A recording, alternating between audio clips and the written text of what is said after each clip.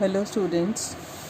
In last video we start topic accounting treatment of reserves and accumulated profits when there is change in the profit sharing ratio of the existing partners. मैंने आपको इसका treatment सिखाया कि किस तरीके से reserve और accumulated profit का ट्रीटमेंट किया जाता है और मैंने आपको बताया था हम दो केसेस करेंगे जिसको हमने फर्स्ट केस को हमने थोड़ा सा डिस्क्राइब किया था उस वीडियो में कि when reserves and accumulated profit and loss are to be transferred, यानी कि जब बोला गया है आपको कि रिजर्व को और एक्यूमुलेटेड प्रॉफिट को ट्रांसफ़र करना है पार्टनर्स के अकाउंट में, तो हम किस तरह से ट्रीट करते हैं और किस तरह से अपने रिजर्व एंड सरप्लस के अकाउंट्स जो हैं, प्रॉफिट एंड लॉस अकाउंट है या वर्कमैन कंपनसेशन है या इन्वेस्टमेंट, किस तरह से इनको हम डेबिट करके बंद करके इसको पार्टनर्स कैपिटल और करंट अकाउंट में ट्रांसफ़र करते हैं। करंट या कैपिटल लिखना है ये डिपेंड करेगा क्वेश्चन पे कि आपकी कैपिटल फिक्स्ड है या फ्लक्चुएटिंग। तो मैंने आपको इसमें जो टॉपिक कराए थे उसमें हमने लास्ट टॉपिक जो डिस्कस किया था वो वर्कमैन कंपनसेशन रिजर्व हमने डिस्क्राइब किया था और इसके मैंने आपको 4 केसेस कराए थे। तो इसी तरह से आज जो हम डिस्कस कर रहे हैं वो है इन्वेस्टमेंट फ्लक्चुएशन रिजर्व। ठीक है, इन्वेस्टमेंट फ्लक्चुएशन रिजर्व को हम डिस्क्राइब करेंगे कि इसके अंदर क्वेश्चन में हम कैसे करते हैं और इसके भी अलग अलग केसेस हैं। पहले तो इसके बारे में सुन लेते हैं कि जब एक फर्म कहीं इन्वेस्टमेंट करती है तो जो वो इन्वेस्टमेंट है वो उसकी एसेट है। ये एक ऐसी एसेट है जिसकी वैल्यूज़ में अप एंड डाउन्स होते रहते हैं, वैल्यू बढ़ती भी है, वैल्यू घटती भी है। ठीक है, तो अगर हमें ये डर है कि उसकी वैल्यू कहीं कम हो रही है तो हमें पता है कि उस वैल्यू जो वो कम हो रही है उस वैल्यू का जो लॉस हो गया, अब वैल्यू कम होने से, मान लो मैंने कोई इन्वेस्टमेंट 1 लाख की करी और आज की डेट में उसकी वैल्यू 80,000 रह जाए, तो आप मेरे को जो 20,000 का लॉस हुआ है उस इन्वेस्टमेंट में, उस लॉस से बचने के लिए हम अपने प्रॉफिट्स में से एक रिज़र्व बनाते हैं जिसको हम कहते हैं इन्वेस्टमेंट फ्लक्चुएशन रिज़र्व। तो ये रिज़र्व भी हमारा बैलेंस शीट में क्रेडिट साइड पर अवेलेबल होता है। अगर इसके बारे में, अब इसके भी डिफरेंट केसेस हैं जो हम एक न्यूमेरिकल के थ्रू करेंगे जो आपकी बुक में दे रखा है कि किस तरह से इसका ट्रीटमेंट करना है, इसके अगर अलग अलग केसेस आ जाते हैं। तो मैं आपको इलस्ट्रेशन नंबर 28 के थ्रू ये समझा रही हूँ, ध्यान से सुनेंगे। PQR 3 पार्टनर हैं, उनकी रेशो है 3:2:1।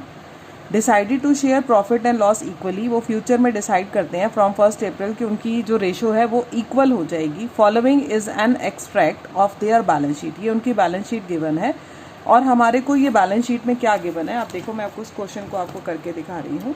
इलस्ट्रेशन नंबर 28, ठीक है, यहाँ हमें एक बैलेंस शीट गिवन है। बैलेंस शीट में हमें क्या गिवन है,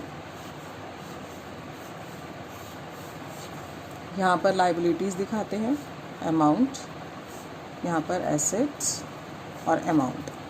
हमें इन्वेस्टमेंट गिवन है जितने की हमने इन्वेस्टमेंट करी थी और क्वेश्चन में वो इन्वेस्टमेंट गिवन है हमें 5 लाख की। ठीक है, मैंने यहाँ पर लिख दिया 5 लाख। इन्वेस्टमेंट फ्लक्चुएशन रिजर्व मुझे क्वेश्चन में गिवन है 30,000 का। अब ये इन्फॉर्मेशन मुझे गिवन है और इसके साथ मुझे अलग अलग केसेस गिवन है। पहला केस करा रही हूँ, when no information is given, when no information is given, जब कोई भी इंफॉर्मेशन ना दी हो। ठीक है, तो हम एक जर्नल बनाते हैं। ठीक है, जर्नल बना रही हूँ मैं, सारा इकट्ठा बना रही हूँ ताकि मैं अलग अलग केसेस आपको एक ही जगह पे दिखा सकूँ। ये मैंने जर्नल बनाया, date, particulars, ledger folio, debit, credit.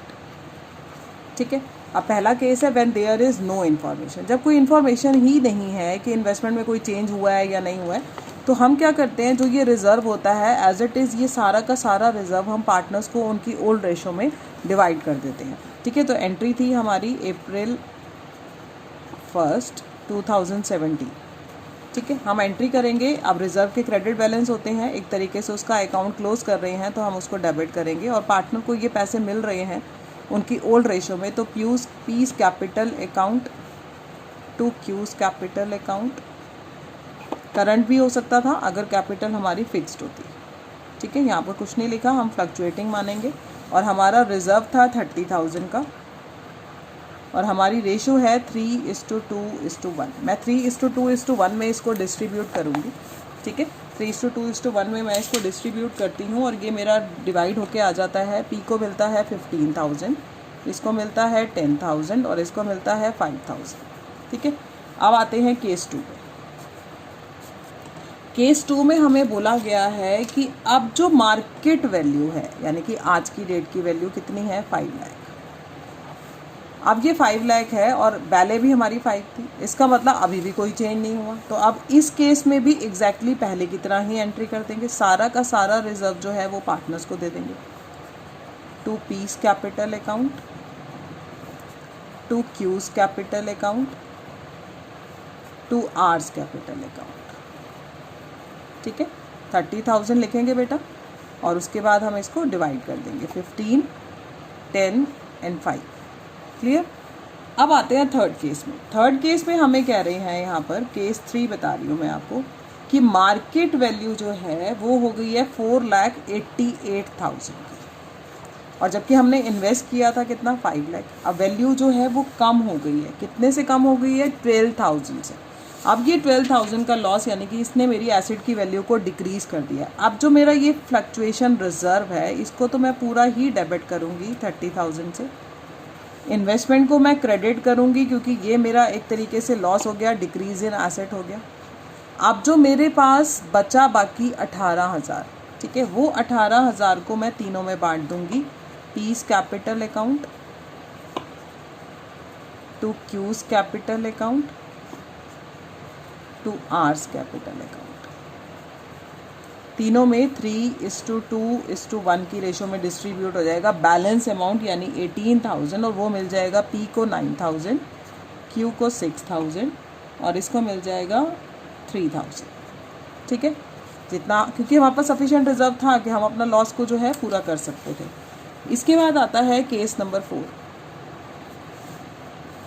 Case number 4 में कह रहे हैं आपको कि अब जो मार्केट वैल्यू है इन्वेस्टमेंट की वो हो गई है 4,46,000 की, और जबकि जो बुक वैल्यू थी वो 5 लाख की थी। यानी कि अब जो मुझे लॉस हो गया वो कितना हो गया, 54 का, जबकि मेरे पास रिजर्व कितना है, 30। यानी कि जब मैं जर्नल में एंट्री करूँगी तो मैं IFR को तो डेबिट करूँगी 30,000 से। मेरी इन्वेस्टमेंट की वैल्यू डिक्रीज हो गई है 54 से। तो जो मेरा 24 का लॉस है, जैसे कि हम वर्कमैन कंपनसेशन में करते थे, हम इस 24,000 के लॉस को रीवैल्यूएशन अकाउंट से चार्ज करेंगे।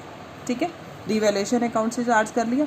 अब जो ये लॉस हो गया, आपको पता है अल्टीमेटली ये लॉस किसको बियर करना पड़ेगा, पार्टनर्स को। तो वो पार्टनर, अब तीनों सेकंड एंट्री एक और करनी पड़ेगी कि तीनों पार्टनर को वो लॉस को बियर करना पड़ेगा, और उसके लिए उनकी कैपिटल को हम डेबिट करेंगे क्योंकि उनकी कैपिटल डिक्रीज हो जाएगी।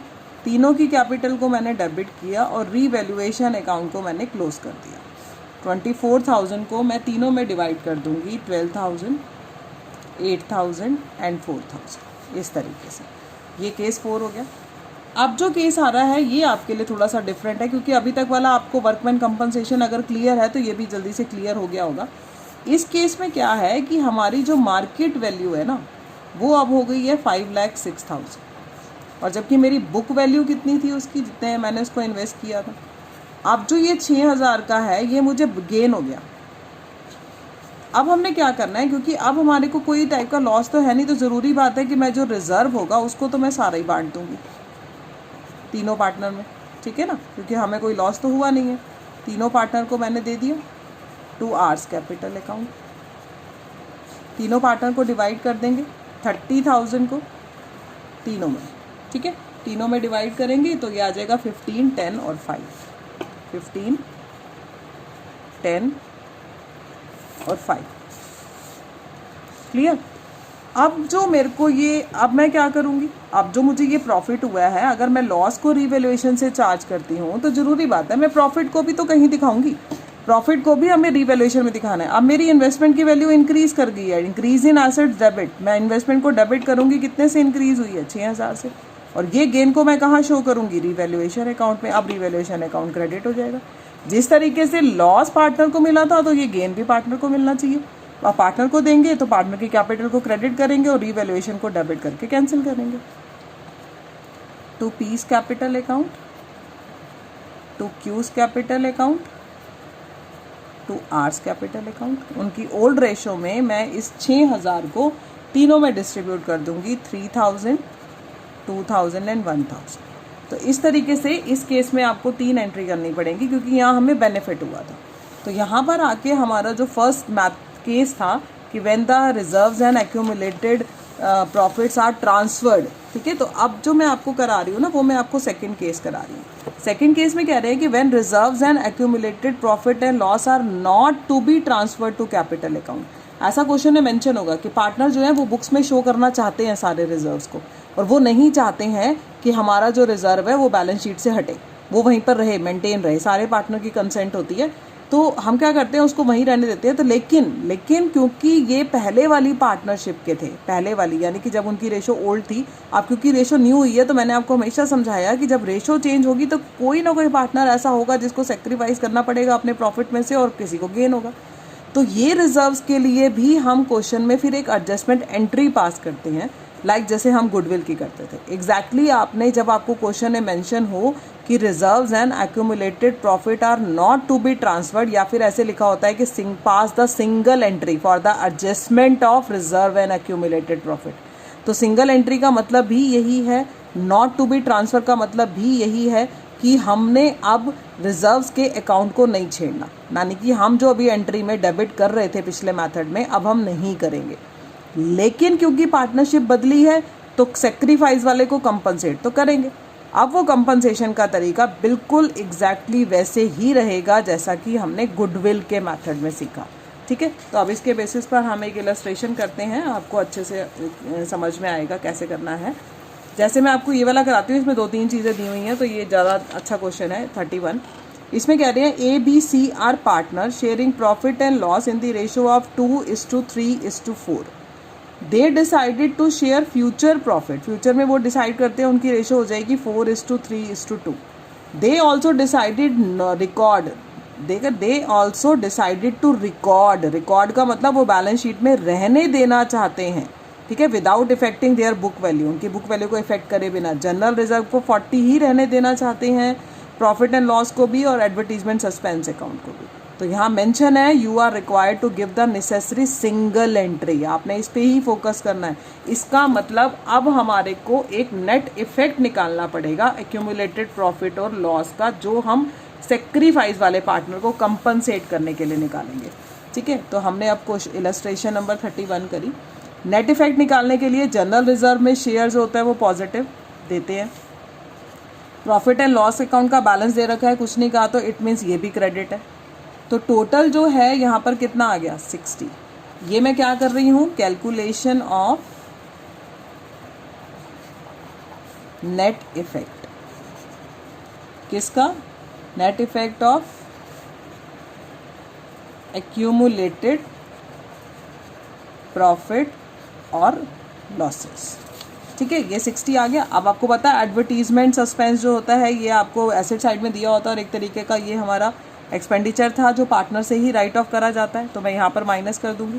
तो मेरा जो ये नेट इफेक्ट बच गया, ये कितना बच गया 45, क्लियर। अब जो ये मेरा नेट इफेक्ट हमने निकाल लिया, अब हम क्या करेंगे, कैलकुलेशन ऑफ गेन और सेक्रीफाइस, जैसे हम गुडविल में करते थे, कैलकुलेशन ऑफ गेन और सेक्रीफाइस। सबसे पहले निकालते हैं ए का। ए की ओल्ड रेशो क्या है, ओल्ड रेशो इनकी गिवन है, मैं यहाँ पर मेंशन कर देती हूँ। इनकी ओल्ड रेशो थी 2:3:4 और न्यू है 4:3:2, ठीक है। ओल्ड रेशो है इसकी 2/9, न्यू रेशो है इसकी 4/9। एलसीएम कितना आ गया 9, 2 - 4 यानी कि कितना आ गया 2/9 का गेन। इसी तरह से बी का निकालते हैं। बी की ओल्ड रेशो है 3/9, न्यू रेशो है इसकी 3/9, यानी कि इसकी रेशो में कोई चेंज नहीं आया। 3 - 3 9, 0/9, यानी कि इसको कुछ भी नहीं मिलेगा, ना इसको कुछ भी कंपनसेट नहीं करना, क्योंकि इसको कोई फ़र्क ही नहीं पड़ा रेशो चेंज होने पर, ठीक है। सी पे आते हैं। इसका ओल्ड शेयर था 4/9, न्यू शेयर है 2/9, इसका कम हो गया कितने से 2/9 से, तो इसका क्या आया सेक्रीफाइस। यानी कि इस नेट इफेक्ट में, यानी कि ये 45,000 का जो हमने नेट इफेक्ट निकाला था, इसका अब हम 2/9 निकालते हैं, कितना आ गया ये 10,000। ये 10,000 का जो नेट इफेक्ट में से हमने निकाला, ये गेनिंग पार्टनर यानी ए जो है वो किसको कंपनसेट करेगा, सी को, सेक्रीफाइस वाले को। यानी कि अब मैं यहाँ पर एक एंट्री पास करूँगी, एस, यहाँ पर एक छोटा सा जर्नल बनाएंगे, जर्नल ज़रूर बनाया करिए, ठीक है। डेट, पर्टिकुलर्स, ऐसे पूरा जर्नल का परफॉर्मा की आदत डालिए।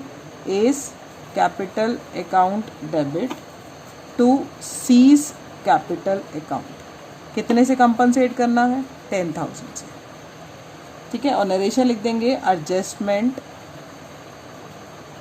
Of general reserve, profit and loss account and advertisement suspense account in on किस बेसिस पर? On change in profit sharing ratio. तो इस तरीके से हमें करना है जब हमें क्वेश्चन में क्या मेंशन हो कि जब हमारे को बोला जाए कि the partner do not want to distribute, वो डिस्ट्रीब्यूट नहीं करना चाहते हैं, वो यही चाहते हैं कि उनका जो बैलेंस शीट में रिजर्व्स हैं वो एज इट इज़ मेंटेन रहें।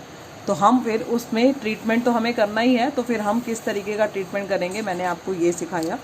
इस बेसिस पर आपने इलस्ट्रेशन नंबर 32, 33 मैं आपको करा रही हूँ एक बार और, 33 और बता रही हूँ, वो भी अच्छी सी इलस्ट्रेशन है। इसमें कह रहे हैं Divya and Pooja are partners in a firm sharing profit and loss in the ratio of 3:2। ठीक है, ऑन 31 मार्च उनकी बैलेंस शीट गिवन है। बैलेंस शीट में देखिए जनरल रिजर्व गिवन है, P&L का बैलेंस गिवन है आपको। ठीक है, और आपको इधर एडवर्टीजमेंट सस्पेंस भी गिवन है, इन्वेस्टमेंट फ्लक्चुएशन भी गिवन है और इन्वेस्टमेंट भी गिवन है। अगर कोई इन्फॉर्मेशन आती है यहाँ पर इन्वेस्टमेंट की, फ्लक्चुएशन की, तो हम देखेंगे कैसे ट्रीटमेंट करना है।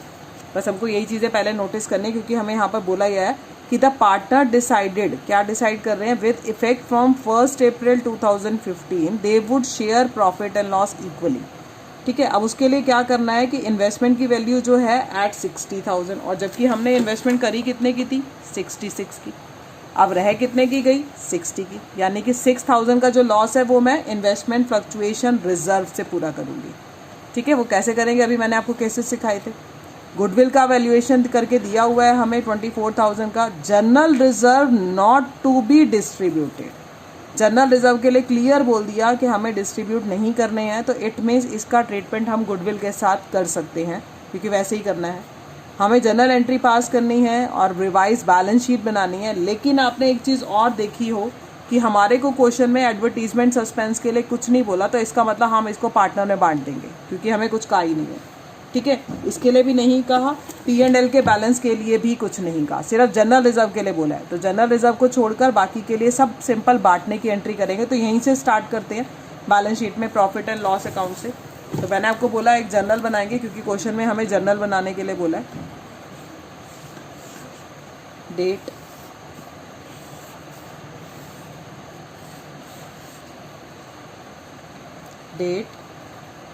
पर्टिकुलर्स, लेजर फोलियो, डेबिट और क्रेडिट। ठीक है, अब हम P&L से ही स्टार्ट करते हैं, क्योंकि प्रॉफिट एंड लॉस का बैलेंस दिया है और हमें कुछ भी नहीं बोला है, तो हम सबसे पहले वही डिस्ट्रीब्यूट कर देते हैं। Profit and loss account debit to Divya's capital account to पूजा।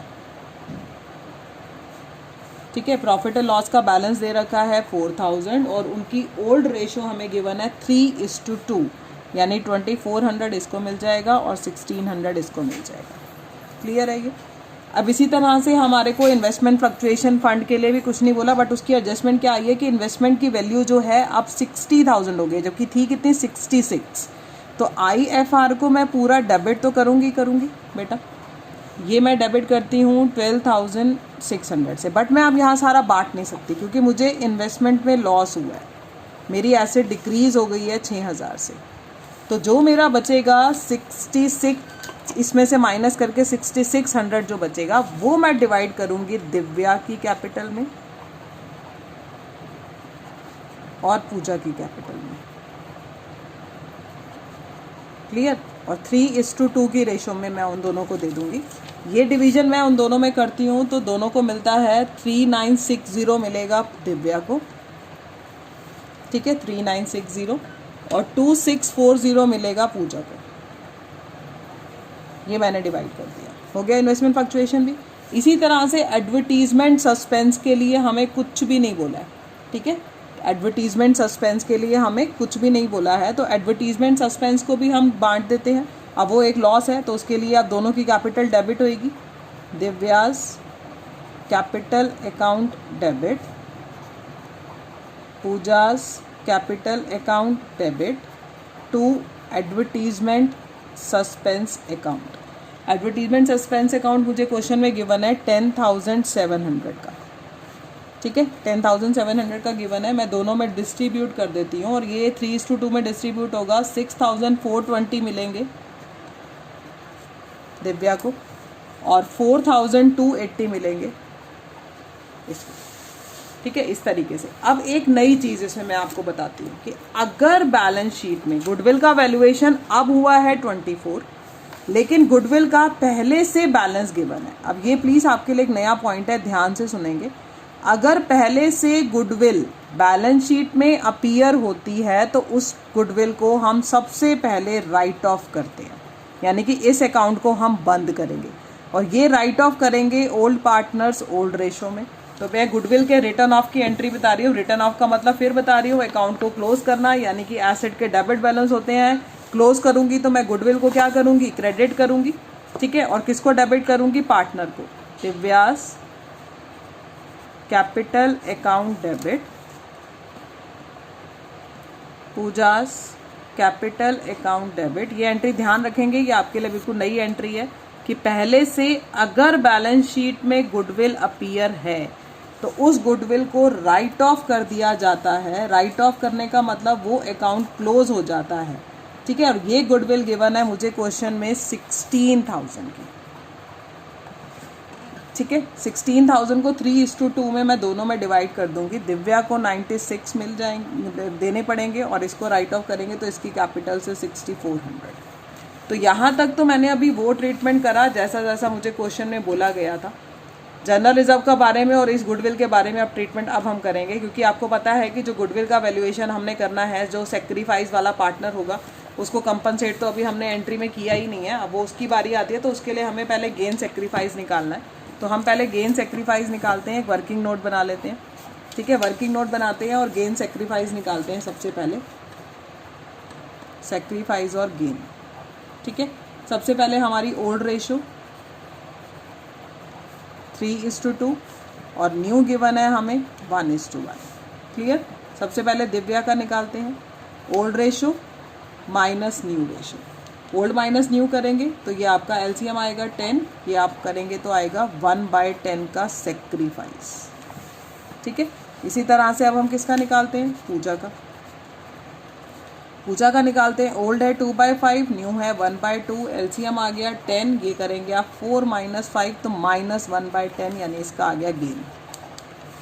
अब क्योंकि इस क्वेश्चन के अंदर हमें गुडविल जो हमें दी है क्वेश्चन में 24,000, तो अभी तक आप क्या करते थे, 24,000 का 1/10 करके आप गेनिंग वाले से लेकर सेक्रीफाइस को देते थे। लेकिन हमें जनरल रिजर्व की एंट्री भी यहीं पर इधर इधर इस तरीके से ही करनी है, क्योंकि हमें बोला गया है क्वेश्चन के अंदर जो पार्टनर्स हैं general reserve not to be distributed between the partner, क्योंकि हमने पार्टनर ने बांटा ही नहीं है। तो ये जनरल रिजर्व जो है 23,400 का, इसका भी तरीका हम बिल्कुल गुडविल की तरह करेंगे। तो वही आपको नेट इफेक्ट निकालना पड़ेगा। 24,000 का आपका गुडविल है और 23,400 का जनरल रिजर्व है, तो ये 47,400 का हमारा जो है ये नेट इफेक्ट निकल आया। अब इस नेट इफेक्ट का 1/10 करते हैं, 47,400 का 1/10, क्योंकि 1/10 का गेन सेक्रीफाइस निकला है। तो 4740 पूजा को गेन हुआ था, दिव्या को सेक्रीफाइस हुआ था। तो हमारी एक एंट्री और बनेगी यहाँ पर दोनों के नेट इफेक्ट की, जो मैं आप करूँगी, ठीक है। हम क्या करेंगे, पूजा से लेंगे और किसको दे देंगे, दिव्या को दे देंगे। Pooja's capital account debit to Divya, Divya's capital account, और हमारा नेट इफेक्ट निकला था 4740, ठीक है। तो हमने क्या करा 4740 से, और आप लिख देंगे adjustment entry for goodwill and general reserve, ठीक है। इसकी डरेशन थोड़ा डिफरेंट है इसलिए बता रही हूँ मैं, बाकी सारी इजी थी। Adjustment for general reserve and goodwill. इस तरीके से हमने ये सारी की सारी जनरल एंट्री करी, जैसा जैसा क्वेश्चन ने बोला आपने भी ऐसे ही करना है। और हमें रिवाइज्ड बैलेंस शीट बनाने के लिए भी बोला है, ठीक है। तो रिवाइज बैलेंस शीट बनाते हैं। रिवाइज बैलेंस शीट में आप क्या करेंगे, बैलेंस शीट बनाएंगे।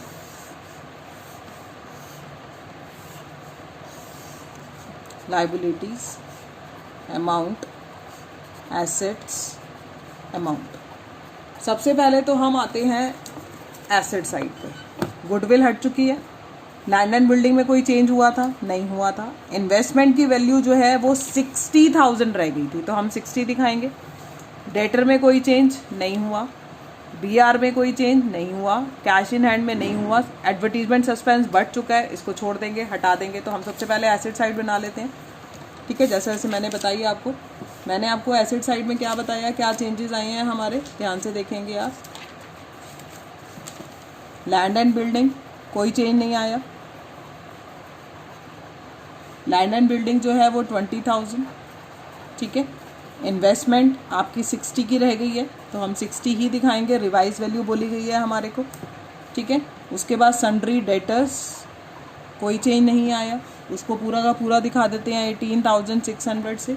ठीक है, बीआर उसमें भी कोई चेंज नहीं आया, वो वही का वही दिखा देते हैं। एंड कैश भी वही का वही है 11,100। ये वही फिगर्स हैं जो बैलेंस शीट में दी हुई थी, सिर्फ इन्वेस्टमेंट की वैल्यू चेंज हुई थी, तो मैंने इन्वेस्टमेंट की वैल्यू जो है वो चेंज वाली ही लिख दी है।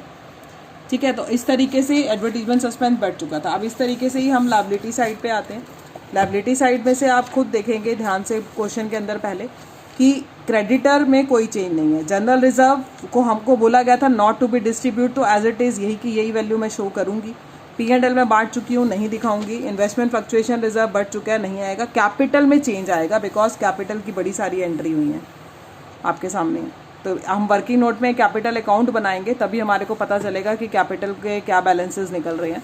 तो हम सबसे पहले क्या करेंगे, यहाँ पर जो हमारे को पता है वैल्यू चेंज नहीं हुई है वो लिख देते हैं। सन्ड्री क्रेडिटर्स की वैल्यू में चेंज नहीं आया था और वो वैल्यू वही है 9,800। क्लियर। उसके बाद मैंने आपको बोला general reserve not to be distribute बोला था, तो उसको एज इट इज़ दिखा देते हैं। उसके बाद कैपिटल अकाउंट्स दिव्या और पूजा। इसके लिए मुझे वर्किंग नोट में, मेरे वर्किंग नोट में मुझे क्या बनाना पड़ेगा, पार्टनर्स कैपिटल अकाउंट, क्योंकि मेरे को इसको बनाए बिना ये नहीं हो सकता। तो पार्टनर्स कैपिटल अकाउंट बनाते हैं हम।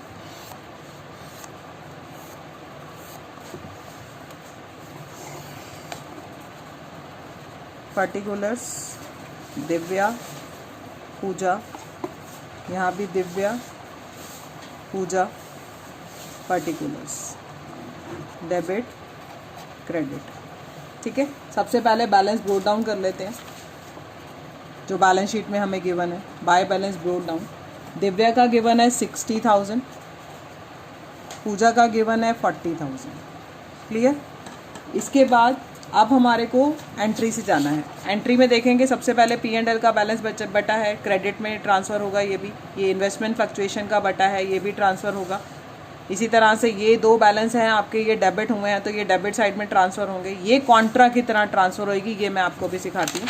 ठीक है, तो हम सबसे पहले यहाँ पर by profit and loss transfer करते हैं। ये हमने बांटा था, दिव्या को दिया था 2,400 का, पूजा को दिया था 1,600 का। क्लियर।